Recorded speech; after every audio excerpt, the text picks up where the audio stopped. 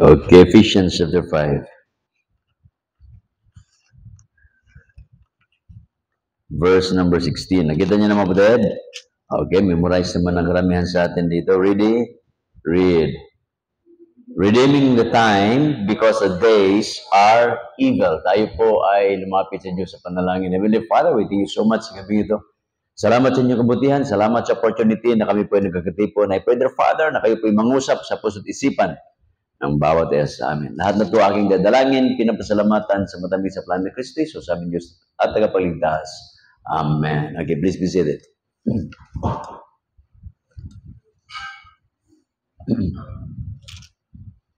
We are going to discuss tonight about time. Ano ho? So maganda nga sana about time management. Okay?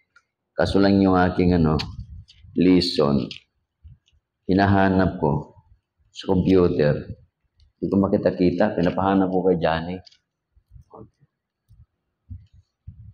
So yung oras, kagabi, nagbanggit si Pastor Nelson about time. Ano ho? At binanggit niya na sa loob ng isang araw, we have 86,400 seconds. Ano ho? Nabanggit ni Pastor Nelson kagabi yan. So kinompute ko naman, ibig sabihin nito, milyonaryo pala tayo pagdating ng isang taon. We have 31,536,000 a year, per year, yung seconds niyan. Pagdating ng 70 years, kung mabuhay man tayo ng 70 years, 2.2 billion seconds. Okay? Ngayon mga kapatid, si Pader, kasi 85 na yan, ano na to? Mga siguro, mga 3 billion seconds na siya. Okay? Kasi marami-rami na yung kanya yun po yung tinatawag natin na wasted time. We cannot save time. We can save water. Halimbawa, tubig. Sinisave natin yan. Para bumaba yung bill natin, sinisave natin. We can save electricity. Gusto mo mag-save ng electricity, hindi wag ka mag-ilaw. You want to save energy or fuel, wag ka magbiyahe. Stack mo lang yun. Kaya di ba yung yung tatlong kabataan, sabi nila, yung lolo ko, nagyabangan ba? Yung lolo ko, matipid yun. Yung kotse niya, ay pambihira. 1 month na, full tank pa rin. Sabi nung isa, yung lolo ko, 1 taon na yung kotse niya. Talaga namang full tank pa rin yun. Isipin mo yan, di ba? Nagyabangan sila Sabi naman ng isa, yung lolo ko talaga, 10 years na, full tank pa rin. Bakit? Nasaan lolo mo? Patay na Ibig sabihin, hindi talaga magamit, patay na So, nagyabangan, Ngayon, we can save food. Pagkain. Ito, Pasko, di ba? Dami nating karning kinain. Ako, dinisiplina ko sarili ko. Pagka nakakain ako ng karne sa gabi, kinabukasan, oatmeal ako. Tanghali, gulay ako. Ano yan? Discipline. Kasi pagka pinagbigyan mo yung sarili mo, lulubo tayo. At saka maraming kaso, hindi lang yung napuputulan yung mga kamay dahil sa mga paputok na yan, kundi marami talagang high blood pagdating ng January. Side effect yan maraming namatay. Yung katakawan ba? Yan. Kaya dapat matuto tayo, We can save money. We can save things, but never time. Hindi po natin talaga masasave yung oras. Sabihin mo na, pwede mo sabihin, ay mag-ipon ako ng 5 piso. Kaya yan Pero mag-ipon ka ng 5 minutes, hindi. 5 seconds, wasted yan. So binigyan tayo ng Diyos ng 86,400 seconds a day. Maraming sayang dyan. Okay? Si Charles, nabanggit niya kahapon, 20 books ang nabasa niya sa loob ng isang taon. Ako, lang, Sa loob na isang linggo, kung nakaraang linggo, sabi ko, basa ko ng maraming libro. Wala, hanggang 9 lang. Hindi ko na kaya yung anak ko, mga wide reader yan. Bili ng libro. Ewan ko, kung mayroong gagaya dyan sa dalawa na yan, meron naman siguro. Yun po yan, tayo mga kapatid, regardless of our age, magpagamit tayo sa Diyos. Tingnan nyo si Moses. Si Moses, pinili siya ng Diyos.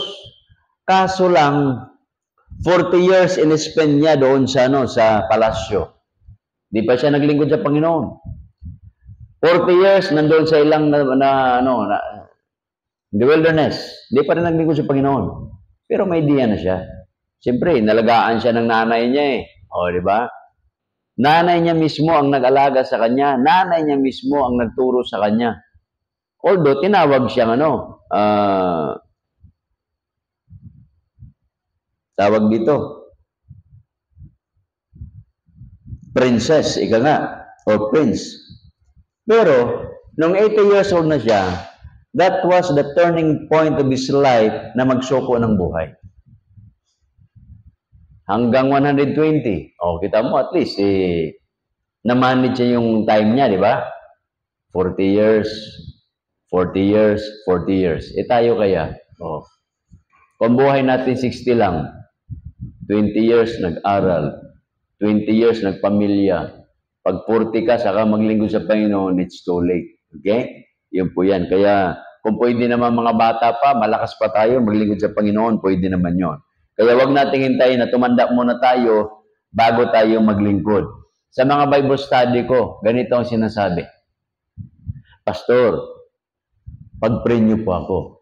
Pagpalain po ako ng Panginoon, maglilingkod ako sa Diyos. Ano gagawin ko bilang pastor? Sige, pag-pray natin. But back in my mind, it will never happen. Wala yan. Bakit? Kinakailangan mo na i-prove mo na pinagpala ka para maglingkod ka sa Panginoon? Hindi pwede yun. Dapat maglingkod ka na sa Panginoon para makita na pagpalain ka ng Panginoon. Hindi yung kinakailangan mo na, sinsado ka na, di ba? Tayo nga, nangarap tayo ng sakyan para magiging on time. Hindi rin naging totoo sa akin mismo, hindi naman totoo Si Princess, may sakyan, hindi rin. Di ba? Hindi katuwiran yung may sakyan Kaya sabi sa Psalms 90 verse number 12, teach us. Sabi ni David, teach us to number our days. Kaya dapat, hindi naman, days kasi related naman sa oras yan. Bakit? Pag walang day, edi walang oras, walang time. Okay? So sabi ni David, di ba? Teach us to number our days. Hindi ibig sabihin nito na pag nag-aaral kayo, abay, maglingkod sa Diyos. Pag nagpamilya na kayo, hindi na. No. Pag sinabing teach us to number our days, that we may apply our hearts unto wisdom. So dapat tayo mapatid, sa ngayon pa lang, maglingkod na sa Panginoon. Kanina sa binasa natin, nakalagay doon, redeeming the time. Nakalagay dyan, di ba? Balikan natin. Redeeming the time.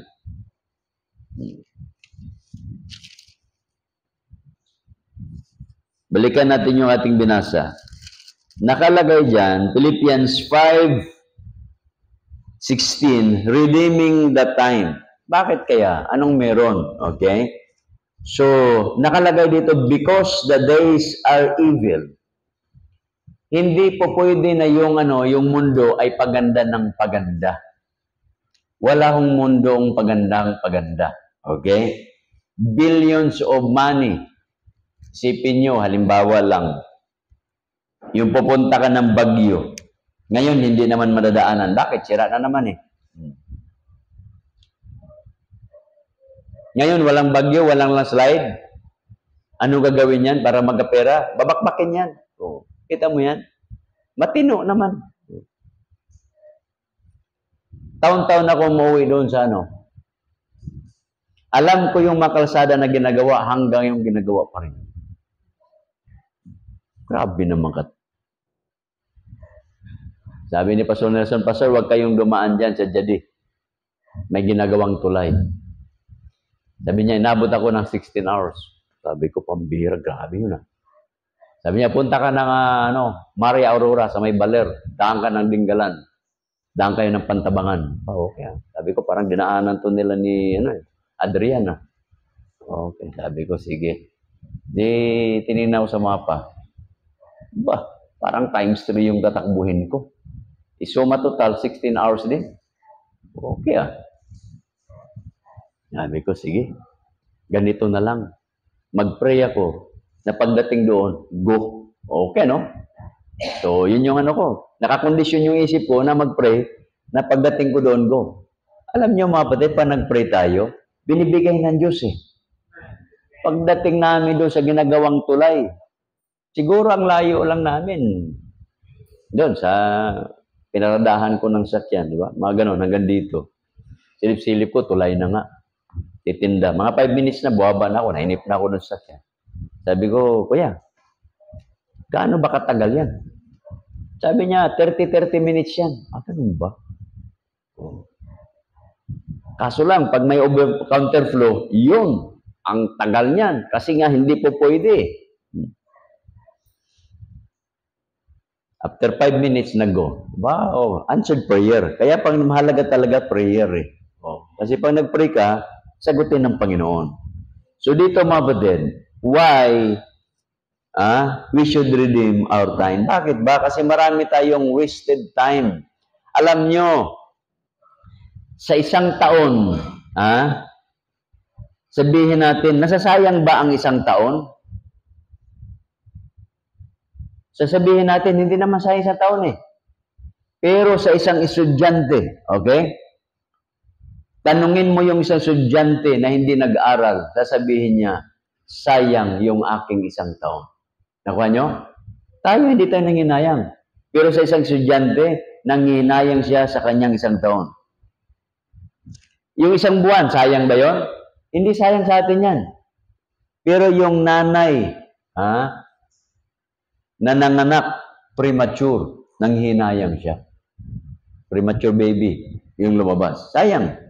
Yung isang buwan, sayang ba sa atin yan? Yung isang linggo, sayang ba sa atin yan? Hindi. Pero doon sa mga nagtatrabaho, halimbawa sa newspaper, newspaper editor ka, i-edit mo yung New Year. Pagka lumagbas ng isang linggo yan, hindi mo na-edit yan. Ano yung sa Quiapo? Yung Black Nazarene?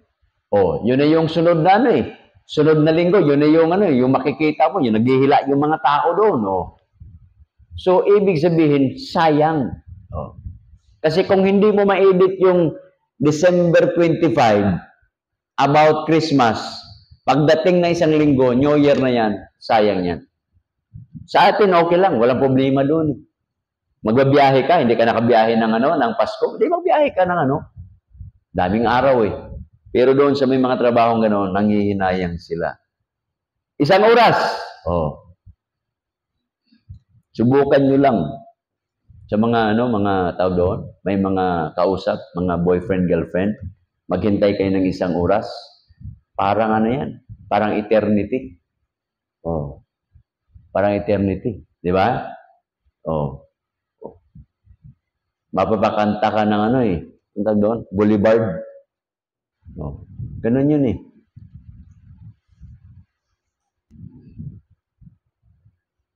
Noong college ako, may girlfriend ako. Sabi ko, kita tayo sa Manuela. Inurasan ko, 15 minutes, wala pa, layasan ko nga. Layasan ko. Doon lang ako sa malayo, tingnan ko, dumating siya. Tingin-tingin. Ay, hindi matinong babae ito Sibat. Si mahirap. Ngayon, nagkapangasawa ko, hindi na 15 minutes, oras din pala. Mas malala Sabi ko, ayaw ko mag-asawa ng magulo sa bahay. Yung binigay sa pangkin ng Panginoon, mas magulo. Okay lang yun. Sabi ng Panginoon, hindi magsikap ka. Sa minuto, sayang ba sa atin yan? Tapos mga bata, gaya niya, mga anak ko, hindi sayang 1 minuto sa kanila. Naglalaro eh. Oh. Pero mga kapatid, sa ibang bansa, 1 minuto, mahalaga yan. Sa Japan, yung train nila on time. Yung eroplano nila on time. Dito sa atin, okay lang. Laging late yung eroplano natin eh. Oh. Di ba? Si Pastor ano nga, sino yun? Pastor Jonathan. Oh, uwi sila. Oh, haba ng ano nila doon. Tuwang-tuwa nga ako eh, dahil on time yung eroplano eh. Pagdating dyan, my goodness. Yung maghihintay ka, traffic eh. Sabi ko, grabe, ano? Ang dami na sigurong taong bumili ng aeroplano kasi nagka-traffic na sa airport eh. Oh. Isipin mo yan, kung nagka-traffic na yung mga kalsangan natin, isipin nyo nung araw, mula dyan sa junction hanggang 9 de Febrero, 15 minutes lang ang travel time. Pero yung waiting time mo, 2 hours. Nakuha nyo? 2 hours ang waiting time. Ngayon, walang waiting time. Pero yung travel mo, 3 hours. Baliktad na eh. So time. Yung 1 minuto, ganyan yan. Di ba? Yung 1 segundo, mga kapatid, waste ba yan? Sa atin, hindi. Pero sa iba, yung 1 segundo na nagkakamali ka sa manubila mo, that would be a cause of accident. You will kill a person. Yung nagbiruan kami ni Pastor Nelson kagabi. Sabi ko, yung ibon, tinitirador natin yan, pinapatay natin yan. Pero pag pumasok sa makina ng aeroplano yan, 100 plus katao patay. Sipin nyo, ibon lang yun. Akala nyo, hindi killer yung ibon? Siguro, nagharakiri yung yung ibon na yun. Yung suicide, yung doon sa sabi ni Pastor, baka ako yung mga drone, siguro, magano na lang ng drone na maliliit, kasing liit ng ibon, Grabe. Yung millisecond, mahalaga ba sa atin yan? Hindi mahalaga sa atin ang millisecond.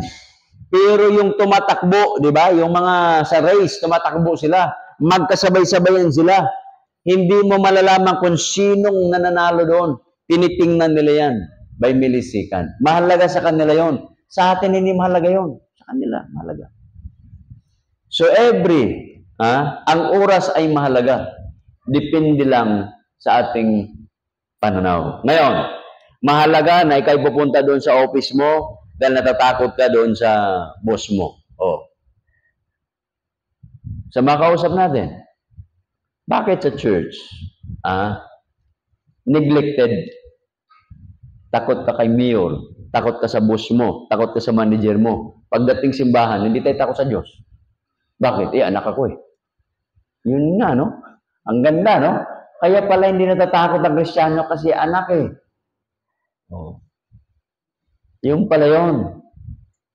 Maiintindihan ako ng Diyos ko. Oh. Pero yung boss ko, hindi ako maintindihan yan. Kasi pag nakatatlong late ako niyan, yung pangalan ko nasa bulletin board na. Oh. Para yung dati, Miyang People, sa Kasibulan pa. Sabi sa akin, Pastor, hira. Yung pangalan ko nasa bulletin board. So, bakit? Naka-2 late na ako eh. 2 pa lang naman eh. Sabi ko, siyempre, late ka na eh. Kaya binigyan ka ng memo eh. Sabi niya, bakit yung iba na late? Wala naman dyan. Malakas sa bus yun. Magpalakas ka. Hira, Yun. Kaya ito mga kapatid, So, bakit mahalaga? Why? We should redeem our time. Una, tayo po mga kapatid, we are accountable for the time. Accountable tayo eh. Yung oras ko, 24 hours. Yung oras nyo, 24 hours. Kahit itanong nyo sa mga sa mga Hapon, kahit sabi ng mga Hapon, time is gold. Kasi nawala na yung gold nila, napunta sa Pilipinas. Dito nila dinala eh. Sabi ni Yamashita dito. Dami. Oh. Kaya sabi nila, time is gold. Alam nyo ba ang Hapon ng araw? 16 to 18 hours ang trabaho nila. Talagang kasi time is gold, trabaho sila. Pero nakikita nila, hindi ho productive. Isipin mo, isang 6 na araw ka nagtatrabaho, 16 to 18 hours, kasi nga meron silang tinatawag na time is gold. Pero yung productivity rate, bagsak. So yung mga may-ari, may mga kumpanya sa Japan, nag-iisip sila, bakit ganon? 16 to 18 hours na matrabaho to. Eh, syempre, ano bang energy level ng tao? Pagdating mo ng hapon, pahikab-hikab ka na. O 8 hours pa lang yun. How much more yung 16 to 18 hours? O. Kasi nga hinahabol nila, time is gold. So nakita nila, binawasan nila yon, ginawa nilang 12. Sabi nila, parang mas maraming nagawa yung 12 kaysa doon sa 18 hours. Ginawa nilang 8 hours. Aba, mas maraming nagawa. Kaya yung mundo ngayon, binago na nila. Work from home. Marami na